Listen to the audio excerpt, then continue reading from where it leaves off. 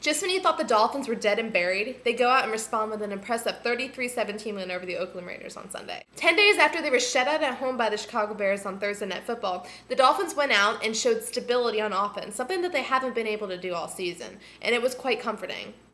The defense again was a dominant force, holding the league's top rushing offense to 16 yards.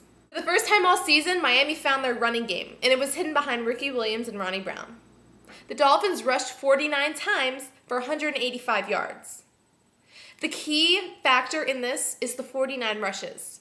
This is for a Dolphins team that wasn't rushing the ball more than 20 times, and they more than doubled that.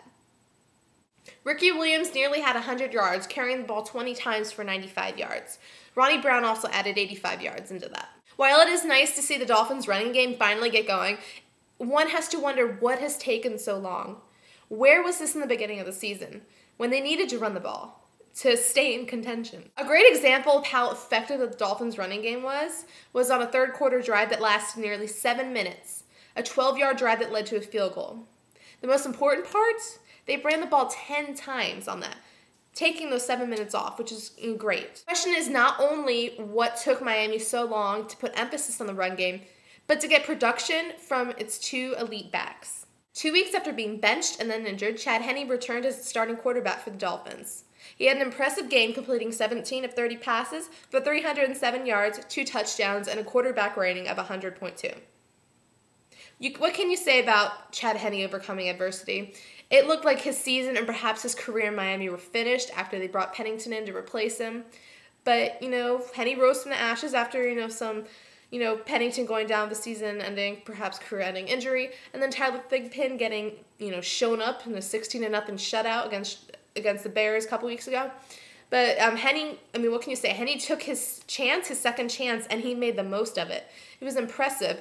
In a game where every aspect of the offense was clicking, it was productive, and for once, it wasn't the defense that took center stage. And it was the first time that you saw that this Dolphins offense can win them a game. The fine thing about this year's Dolphins team has been the play of its defense. They were at it again on Sunday, limiting the league's second-best rushing offense to merely 16 yards, 15 of those which came on an end around Jacoby Jones. So basically, this defense limited Oakland's running backs to merely 1 yard. 1. Big play for a big-time defense. This Sunday, the Dolphins are going to face the Cleveland Browns, a team, while in the past it might have looked like an easy win, not so much this year.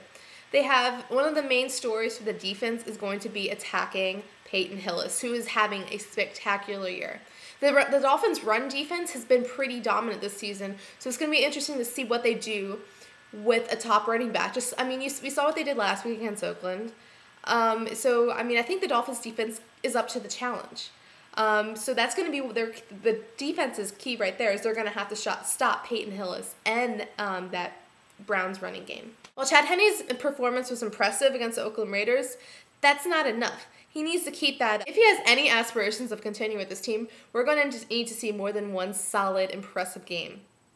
This can't be like a once-in-a-while thing.